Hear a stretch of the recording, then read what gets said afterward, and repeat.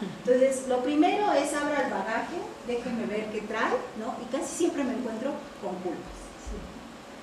Por ahí empezamos, y luego al abrir la primera maleta se abren 20 más, ¿no? Pero todas tienen que ver con la culpa, ¿no? El tema de la culpa, desde la construcción, desde este proceso, es bien importante subjetivamente abordar, ¿no? Es que desde que nacimos, ¿no? Sí, culpable de ser mujer, de haberle dado la manzana del pecado. ¿Cómo? No es tan fácil. Exacto. Sí, la culpa es algo tan importante de trabajar. ¿Saben? Cuando trabajamos la culpa y nos liberamos de las culpas, ya lo hicimos.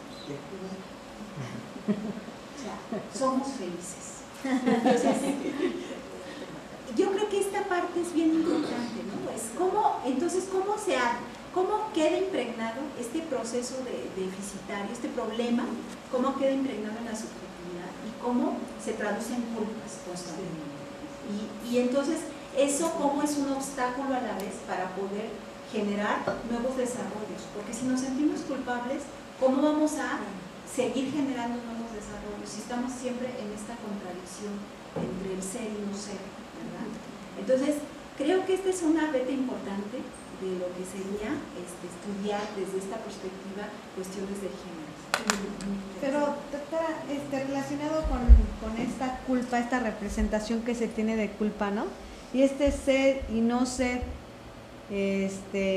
entonces se tiene que trabajar con las personas seropositivas, o sea, porque hay un sentimiento de culpa, ¿no? O sea, por no exigir a la mejor a su pareja fidelidad o por el hecho de ser mujer, y por otro, por sentir la culpa de que está enferma y quién va a cuidar a sus hijos, ¿no? Entonces están en este juego de ser y no ser. Entonces tiene que haber una representación mucho más compleja, ¿no? Un sistema de representaciones más complejas en estas personas que viven seropositivas. Yo hablo específicamente de las mujeres, ¿no? Sí. Sí, digo, ahorita si nos podemos hablar del tema, pues nos vamos a meter en eso, ¿no? Y no lo vamos a abordar, pero efectivamente, ¿no? Cuando tienes el caso de una mujer que fue contagiada por su marido, ahorita les voy a enseñar una entrevista, ¿no? Que fue contagiada por su marido y que no sabía hasta después de 3 años que también era seropositiva, ¿no?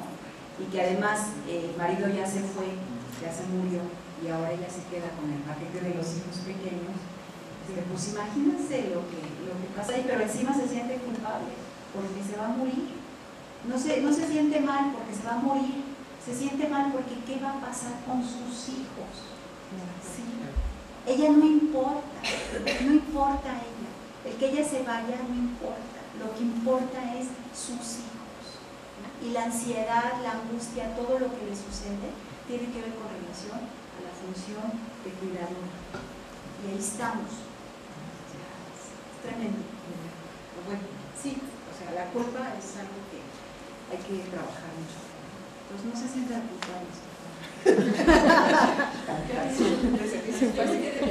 Cuando dijiste de el programa de Fox, que esta parte del uso de las computadoras, las que somos así, las que son más o menos de mi edad, cuando éramos niños se acostumbraba que el uso de todos los aparatos eléctricos, entonces no había electrónicos, eran eléctricos, era por parte de los adultos.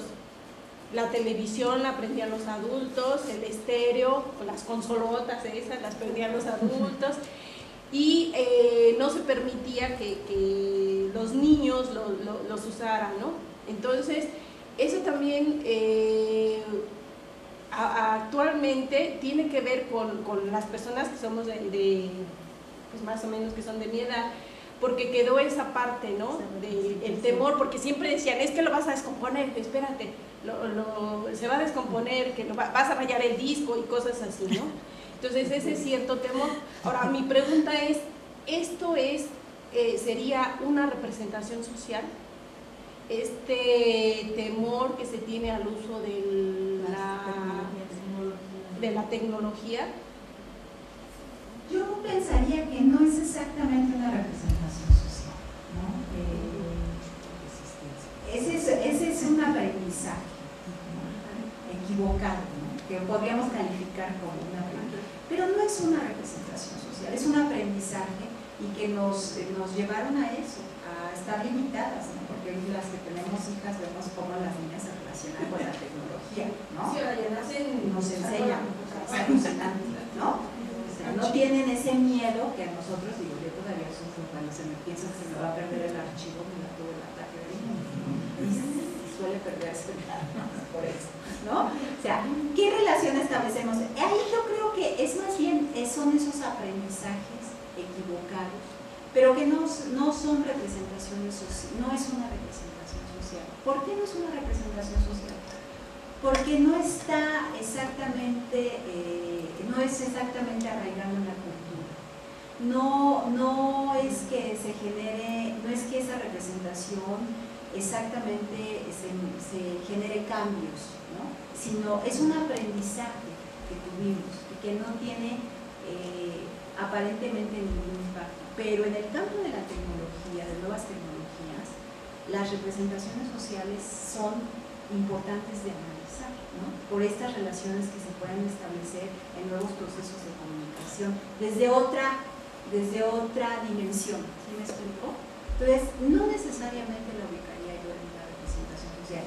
Nos pasó mucho una cosa en la GIRS, que son las Jornadas Internacionales de Representaciones Sociales que se hacen en Brasil, se hacen cada 2 años, y decíamos algunos, los más veteranitos, ¿no? Decíamos, estaba poblado las jornadas de trabajos de jóvenes estudiantes y todos hablaban de la representación social del examen, la representación social de la escuela, la representación social, no, todo era así, como la representación, sin ton ni son, ¿no?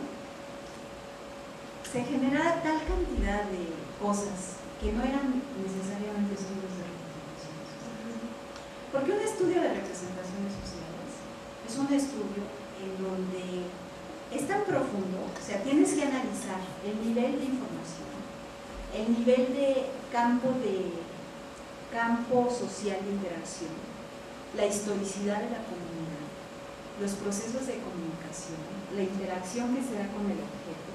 Ustedes se dan cuenta. Entonces, ¿qué estaba pasando? Por eso digo yo, la representación no es cognitiva, porque lo que estaban haciendo eran llamarle representaciones sociales al efecto de la información a nivel cognitivo de un objeto cualquiera, que ni siquiera reúne los requisitos para ser llamado objeto de representación social. Y esto es un problema y un riesgo que corremos muchísimo, incluso acá en México, eso ha estado ocurriendo, ¿no? Porque es muy fácil acercarse y decir, es que estoy trabajando en la representación social de las papas fritas, ¿no? Es decir, no podemos hacer eso, ¿no? Y ahorita les voy a mostrar por qué no más, ¿no? Sí. En el caso, por ejemplo, del feminismo que está tan mal entendido hacia afuera en la sociedad, y tenemos esta imagen de la feminista negativa, ¿no? ¿Tú podrías, o sea, se podría decir que es representación social, es una representación social negativa? Es interesante porque fíjate que mi tesis de licenciatura, o sea, hace ya bastantes años, no digo más,